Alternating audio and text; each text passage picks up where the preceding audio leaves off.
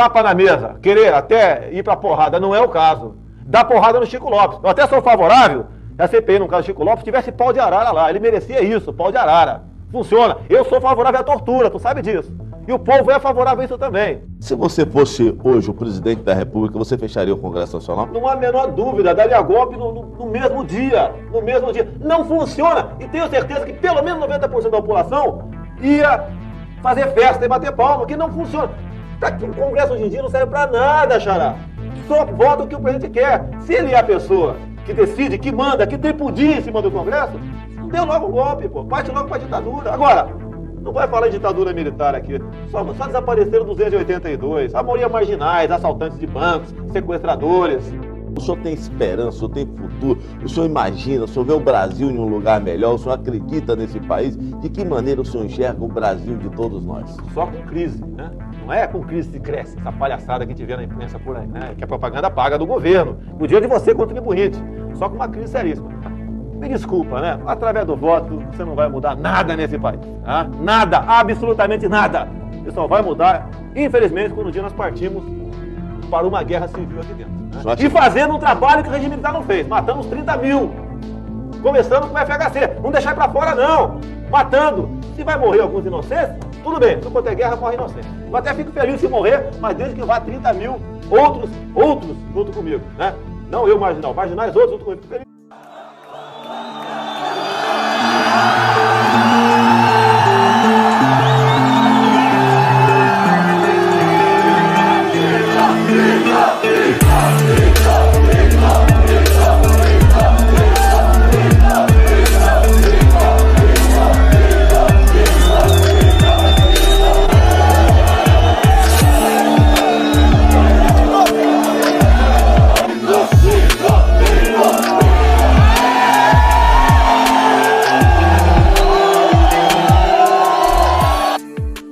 Jair Messias é um dos 6 filhos de Percy Geraldo Bolsonaro e Olinda Bonturi Bolsonaro.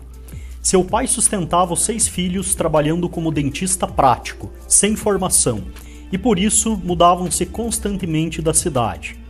Aos 15 anos de idade, Jair morava com a família em Eldorado, uma cidade de 15 mil habitantes a 250 quilômetros ao sul de São Paulo. Era 8 de maio de 1970, quando a pequena cidade recebeu uma inesperada visita. Carlos Lamarca, um militar desertor e guerrilheiro de esquerda que lutava contra o governo militar, refugiou-se nessa pequena cidade. Houve um tiroteio, um policial foi morto, estradas foram fechadas pela polícia e revistas foram feitas em toda a cidade. Ao final, o guerrilheiro conseguiu fugir e levou sua luta para outro lugar. Mas esse fato marcou profundamente o jovem Jair Messias Bolsonaro. Na ocasião, Bolsonaro e seus amigos chegaram a fornecer dicas para os militares sobre possíveis esconderijos de Carlos Lamarca e seu grupo, que haviam montado um campo para treinar guerrilheiros contra o governo militar no Vale do Ribeira. Foi dessa forma que ele descobriu a capacidade do exército para organizar a sociedade civil e passou a ter como objetivo se alistar no exército. Aos 17 anos, Bolsonaro entrou para a Escola Preparatória de Cadetes do Exército, o ESPECEX. Porém, após refletir, chegou à conclusão que deveria ter prestado concurso para a Academia Militar das Agulhas Negras, a AMAN. Então, no final de 1973, após alguns meses na ESPECEX, prestou o concurso e foi aprovado. Formou-se na AMAN em 1977. Segundo seu melhor amigo na época, Gilmar Alves, para conseguir entrar na escola preparatória e posteriormente no exército, Bolsonaro precisava de dinheiro para pagar seus estudos. Os dois então compraram uma vara e foram pescar para vender os peixes. Gilmar também conta que Bolsonaro sempre dizia para que ele também fosse para o exército, porque os presidentes eram todos militares e ele iria ser presidente.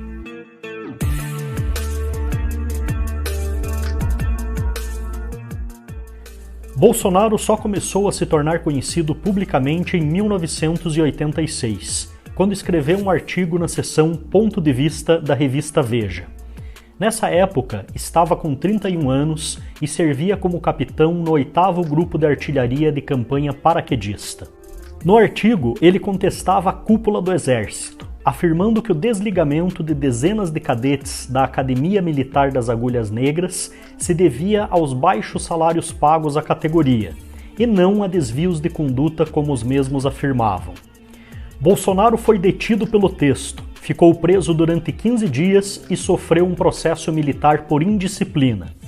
Porém, na ocasião, recebeu cerca de 150 telegramas de solidariedade das mais variadas regiões do Brasil, além do apoio de oficiais do Instituto Militar de Engenharia e de esposas de oficiais, que realizaram manifestação em frente ao complexo militar da Praia Vermelha, no Rio de Janeiro, a seu favor. Em 27 de outubro de 1987, Jair Bolsonaro informou a repórter Cássia Maria, da revista Veja, sobre a Operação Beco Sem Saída. Na época, Bolsonaro apoiava a melhoria do soldo e era contra a prisão do capitão Saldom Pereira Filho. O objetivo da operação era explodir bombas de baixa potência em banheiros da Vila Militar, da Academia Militar das Agulhas Negras em Resende e em alguns outros quartéis, com o objetivo de protestar contra o baixo salário que os militares recebiam na época. Bolsonaro foi acusado de ser o responsável por desenhar o croquis de onde a bomba seria colocada na adutora do Guandu, que abastece a água do município de Rio de Janeiro. A revista entregou o material ao então ministro do Exército, e este, após 4 meses de investigação, concluiu que a reportagem estava correta e que os capitães haviam mentido. Por unanimidade, o Conselho de Justificação Militar considerou em 19 de abril de 1988 que Bolsonaro era culpado e que fosse declarada sua incompatibilidade para o oficialato e consequente perda do posto e patente, nos termos do artigo 16, inciso 1º da Lei nº 5.836 de 72. Em sua defesa, Bolsonaro alegou na época que a revista Veja tinha publicado acusações fraudulentas para vender mais artigos sensacionalistas. O caso foi entregue ao Superior Tribunal Militar. O julgamento foi realizado em junho de 1988 e o tribunal acolheu a tese da defesa de Bolsonaro e do capitão Fábio Passos da Silva, segundo a qual as provas documentais, cujo laudo pericial foi feito pela Polícia do Exército, eram insuficientes por não permitirem comparações caligráficas, uma vez que fora usada letra de imprensa. O Superior Tribunal Militar absolveu os 2 oficiais, que assim foram mantidos nos quadros do Exército. Ainda em 1988, Bolsonaro foi para a reserva com a patente de capitão, e no mesmo ano iniciou sua carreira política, concorrendo a vereador do Rio de Janeiro. O laudo da Polícia do Exército, no entanto, seria mais tarde corroborado pela Polícia Federal, que confirmou a caligrafia de Bolsonaro.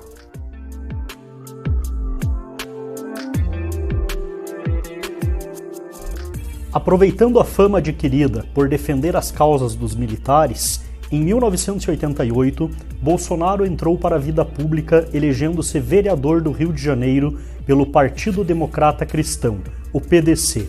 Muitos militares de patente alta o chamavam de oportunista, e quando iniciou sua carreira política, muitos quartéis proibiam a sua entrada. Porém, segundo ele, o ingresso na política aconteceu por acaso, pois sua vontade era dar continuidade na carreira militar, mas optou por se candidatar a vereador por acreditar que era a única opção que possuía no momento para evitar que fosse vítima de perseguição por parte de alguns superiores. Um fato que chamou atenção no curto período em que ele teve o seu mandato foi a recusa em receber um dos 42 Opala 0 km que foram comprados pela Câmara para os vereadores. Sua afirmação foi: "No meu caso, é dispensável." Seu mandato de vereador foi de apenas 2 anos e serviu principalmente para dar visibilidade às causas militares. Apresentou 7 projetos de lei, um dos quais autorizava o transporte gratuito de militares em ônibus urbanos. Bolsonaro, na época, mostrou-se um vereador conservador, discreto e pouco participativo, segundo opiniões de pessoas que conviviam com ele. 2 anos depois, foi eleito pela primeira vez como deputado federal pelo Rio de Janeiro.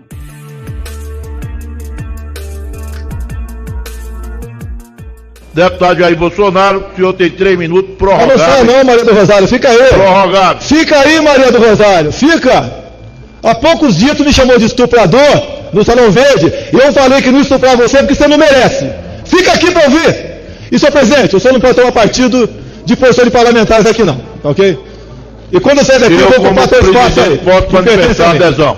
Comissão da Verdade. Vou aproveitar e falar um pouquinho, né, sobre Dia Internacional de Direitos Humanos. No Brasil é o Dia Internacional da Vagabundagem.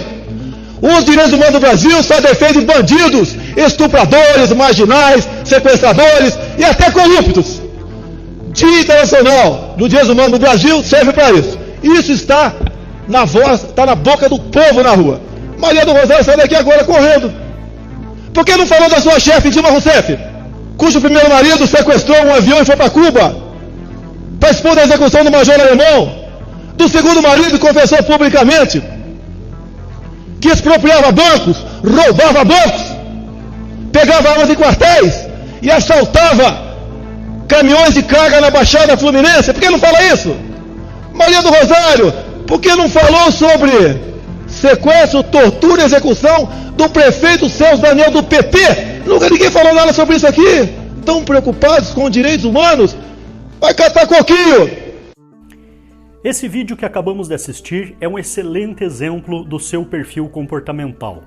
Jair Bolsonaro ganhou destaque no cenário nacional justamente por defender as suas crenças e os seus valores de forma muito polêmica e às vezes até mesmo agressiva.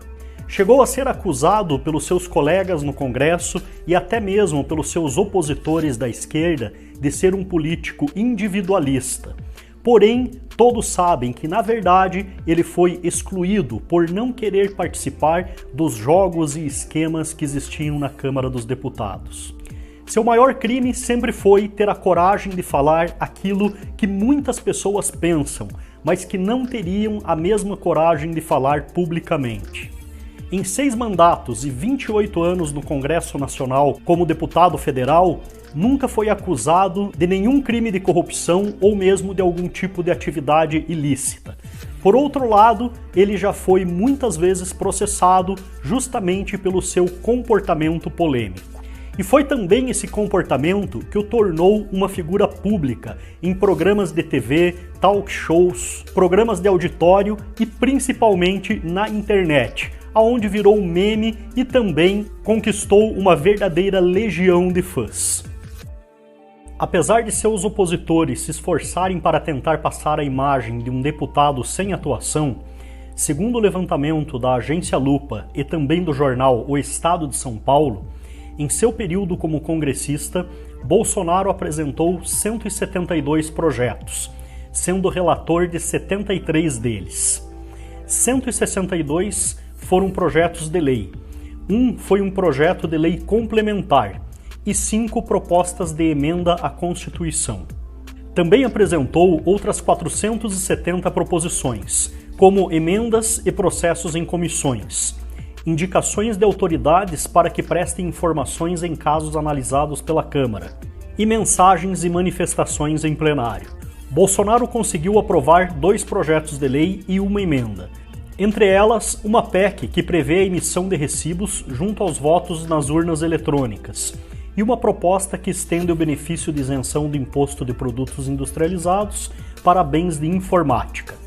Outro projeto seu que ganhou destaque foi uma proposta de emenda à Constituição, que prevê que o Sistema Único de Saúde realize cirurgias de laqueadura e vasectomia em maiores de 21 anos que desejarem realizar o procedimento. Ele argumentou que muitas famílias pobres não têm dinheiro para fazer cirurgias como essas, e que teriam dificuldades em realizar seu planejamento familiar por esse motivo. Essa pauta já é defendida por ele desde o início dos anos 90, quando era vereador. Também defendeu a proposta de emenda à Constituição de que os salários dos policiais militares dos estados não poderiam ser menores que a dos policiais do Distrito Federal, e foi contra a volta da CPMF. Foi membro das comissões de Constituição e Justiça, de Relações Exteriores e titular da Comissão de Segurança Pública e Combate ao Crime Organizado.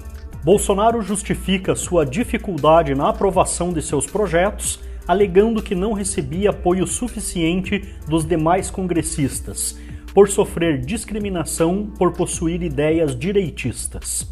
No Congresso, ele chegou a ser conhecido como o homem que falava sozinho, por várias vezes ser o único presente no plenário e discursar para o Congresso vazio.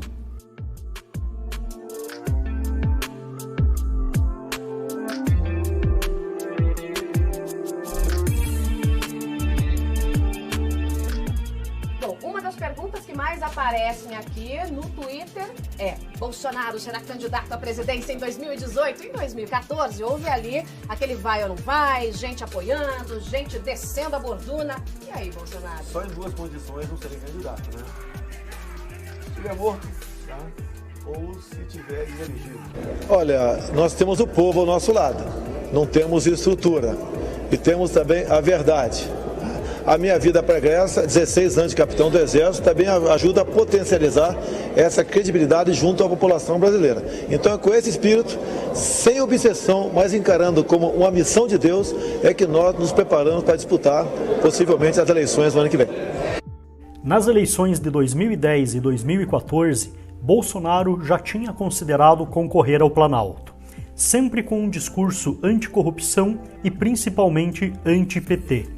Mas além da falta de apoio político, esse ainda não era o momento certo para isso. Bolsonaro ainda não tinha apoio político, não tinha um partido que o aceitasse como candidato, e também ainda estava construindo a sua base de eleitores. Em abril de 2015, ele falou publicamente pela primeira vez sobre a sua intenção de ser candidato à presidência da República. E, por enquanto, não temos aliados. Estamos sozinhos. A pesquisa agora no DF me dá em segundo lugar, né? As pesquisas em municípios, por exemplo, São João de Meriti, me dá em segundo lugar também. Lógico, tem lugar que eu estou lá embaixo, porque eu não sou conhecido. Em 2016, se filiou ao Partido Social Cristão, também com o objetivo de concorrer à presidência, mas percebeu com o tempo que não conseguiria seu objetivo nesse partido.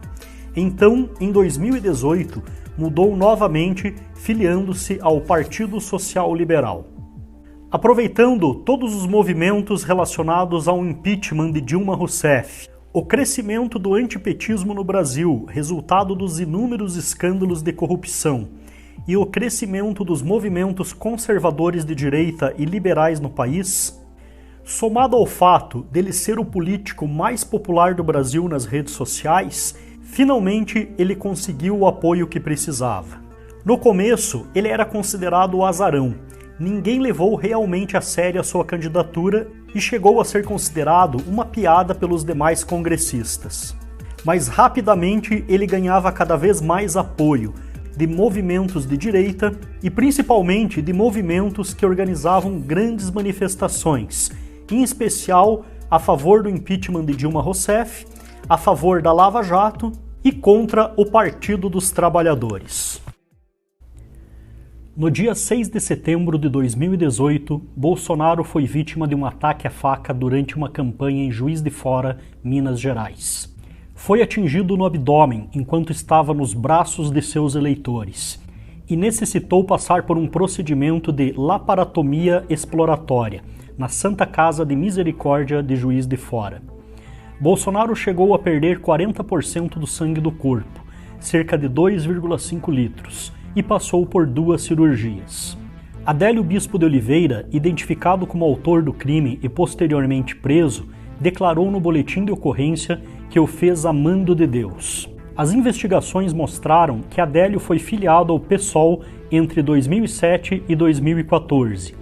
O partido emitiu uma nota classificando o atentado como um grave atentado à normalidade democrática e ao processo eleitoral. Até hoje, existem muitas dúvidas em relação ao mandante do crime e as ligações de Adélio com partidos de esquerda. Também se ele realmente agiu sozinho. Muitos vídeos mostram que ele pode ter tido ajuda para cometer esse ato. Após o atentado, Bolsonaro fez 2 cirurgias e recebeu alta no final de setembro. Ele disse que não recorreria da decisão da justiça. Entretanto, a sentença transitou em julgado. Com o episódio, precisou se afastar das campanhas nas ruas. mas ao mesmo tempo ganhou ampla visibilidade na mídia, inclusive no horário nobre da televisão, que evitava publicar qualquer tipo de conteúdo relacionado a esse candidato. Seus adversários, por sua vez, decidiram mudar a estratégia de campanha, moderando o tom das críticas nas 2 primeiras semanas que se seguiram ao atentado. Com seu crescimento nas pesquisas, a esquerda no Brasil se mobilizou fortemente, fazendo campanhas de destruição de reputação, manipulando suas frases e pronunciamentos mais polêmicos, já que não tinham bons argumentos que pudessem utilizar. Bolsonaro foi rotulado mundialmente como machista, racista, homofóbico, fascista, ditador, entre outras acusações. Usando a hashtag #EleNão, um movimento iniciado nas redes sociais por atrizes e influenciadoras ligadas à ideologia de esquerda, iniciaram expressivas manifestações de rua tanto no Brasil quanto no exterior durante a campanha presidencial. Segundo os organizadores, as manifestações contaram com cerca de 500 mil pessoas no total, uma pequena fração se comparada às manifestações contrárias à esquerda e favoráveis a Bolsonaro. Ele não, porque o meu corpo de mulher e sapatão merece andar na rua sem ser violentado. Ele não, ele nunca, porque ele nunca vai nos representar, ele não nos representa. Ele não. Ele não. Ele não porque ele é machista, ele não porque é homofóbico, ele não porque é racista. O que está em jogo, gente? É democracia. É muito importante a gente não entrar nessa onda de discurso de ódio. Ele faz isso, a gente não. A gente se vê na manifestação. Procure uma perto da sua cidade.